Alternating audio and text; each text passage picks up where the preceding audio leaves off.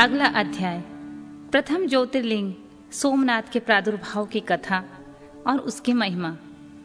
तदनंतर कपिला नगरी के कालेश्वर, रामेश्वर आदि की महिमा बताते हुए सूत जी ने समुद्र के तट पर स्थित कोकर्ण क्षेत्र के शिवलिंगों की महिमा का वर्णन किया। फिर महाबल नामक शिवलिंग का अद्भुत महात्मा सुनाकर अन्य बहुत से शिवलिंगों की विचित्र महात्मा कथा का वर्णन करने के पश्चात ऋषियों के पूछने पर वे ज्योतिर्लिंगों का वर्णन करने लगे। सूत जी बोले, ब्राह्मणों, मैंने सदगुरु से जो कुछ सुना है वह ज्योतिर्लिंग का महात्मा तथा उनके प्राकट्य का प्रसंग अपनी बुद्धि के अनुसार संक्षेप में ही सुनाऊंगा। तुम सब लोग सुनो। मुने, ज्योतिर्लिंगों में सबसे पहले सोमनाथ का नाम आता है, अतः पहले उन्हीं के महत्व को सावधान होकर सुनो। मुनीश्वरों, महामना प्रजापति दक्ष ने अपनी अश्विनी आदि 27 कन्याओं का विवाह चंद्रमा के साथ किया था।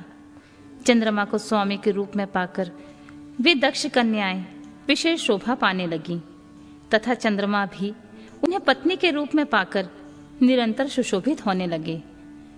उन सब पत्नियों में जो रोहिणी नाम की पत्नी थी, एकमात्र वही चंद्रमा को जितनी प्रिय थी उतनी दूसरी कोई पत्नी कदापि प्रिय नहीं हुई।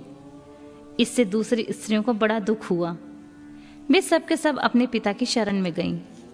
वहां जाकर उन्होंने जो भी दुख था उसे पिता से निवेदन किया। द्विजो, वह सब सुनकर दक्ष भी दुखी हो गए और चंद्रमा के पास आकर शांतिपूर्वक बोले, कलानिधे, तुम निर्मल कुल में उत्पन्न हुए हो। तुम्हारे आश्रय में रहने वाली जितनी स्त्रियां हैं उन सब के प्रति तुम्हारे मन में न्यूनाधिक भाव क्यों हैं? तुम किसी को अधिक और किसी को कम प्यार करते हो। अब तक जो भी किया सो किया, आगे अब ऐसा नहीं करना। ऐसा विषमता पूर्वक बर्ताव तुम्हें नहीं करना चाहिए, क्योंकि उसे नरक देने वाला बताया गया है। सूत जी कहते हैं, महर्षियों, अपने दामाद चंद्रमा से स्वयं ऐसी प्रार्थना करके प्रजापति दक्ष घर को चले गए। उन्हें पूर्ण निश्चय हो गया कि अब आगे ऐसे नहीं होगा, पर चंद्रमा ने प्रबल भावी भाव से विवश होकर उनकी बात नहीं मानी। वे रोहिणी में इतने आसक्त हो गए थे कि दूसरी किसी पत्नी का कभी आदर नहीं करते थे। इस बात को सुनकर दक्ष दुखी हो फिर स्वयं आकर चंद्रमा को उत्तम नीति से समझाने तथा न्यायोचित बर्ताव के लिए प्रार्थना करने लगे। दक्ष बोले, चंद्रमा, सुनो, मैं पहले अनेक बार तुमसे प्रार्थना कर चुका हूं, फिर भी तुमने बात नहीं मानी। इसलिए आज शाप देता हूं कि तुम्हें क्षय का रोग हो जाए।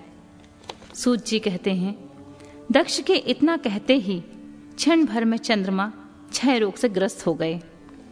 उनके क्षीर्ण होते ही उस समय सब और महान हाहाकार मच गया। सब देवता और ऋषि कहने लगे, हाय हाय, अब क्या करना चाहिए? चंद्रमा कैसे ठीक होंगे? मुने, इस प्रकार का दुख में पड़कर वे सब लोग बिहल हो गए। चंद्रमा ने इंद्र आदि सब देवताओं तथा ऋषियों को अपनी अवस्था सूचित की। तब इंद्र आदि देवता तथा वशिष्ठ आदि ऋषि ब्रह्मा जी की शरण में गए। उनकी बात सुनकर ब्रह्मा जी ने कहा, देवताओं, जो हुआ सो हुआ, अब वह निश्चय ही पलट नहीं सकता। अतः उसके निवारण के लिए मैं तुम्हें एक उत्तम उपाय बताता हूँ। आदर पूर्वक सुनो। चंद्रमा देवताओं के साथ प्रभास नामक शुभ क्षेत्र में जाएं और वहां मृत्युंजय मंत्र का विधि पूर्वक अनुष्ठान करते हुए भगवान शिव की आराधना करें। उनके सामने शिवलिंग की स्थापना करके वहां चंद्रदेव नित्य तपस्या करें। इससे प्रसन्न होकर शिव उन्हें क्षय रहित कर देंगे।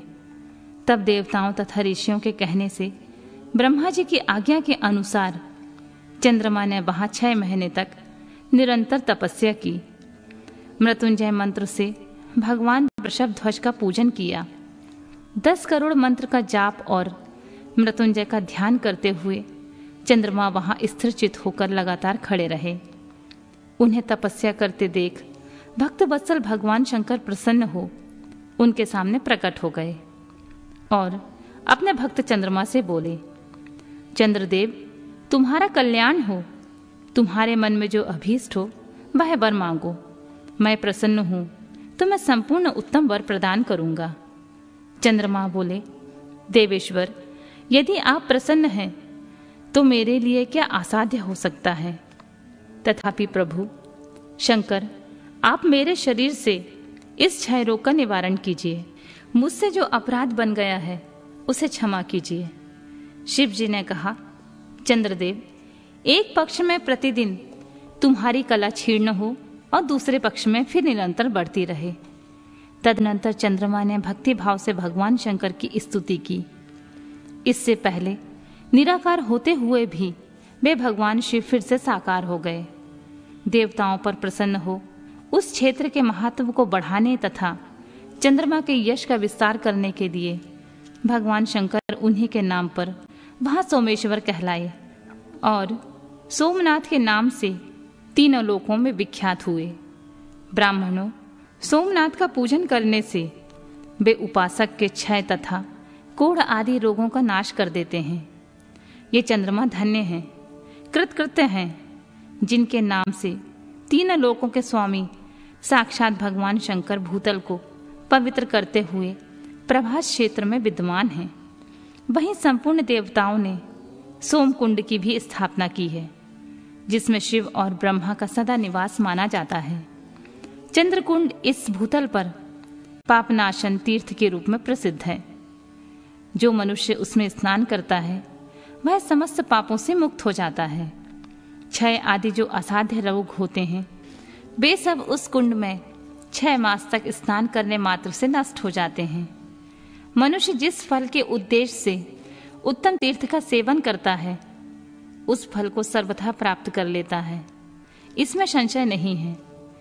चंद्रमा निरोग होकर अपना पुराना कार्य संभालने लगे।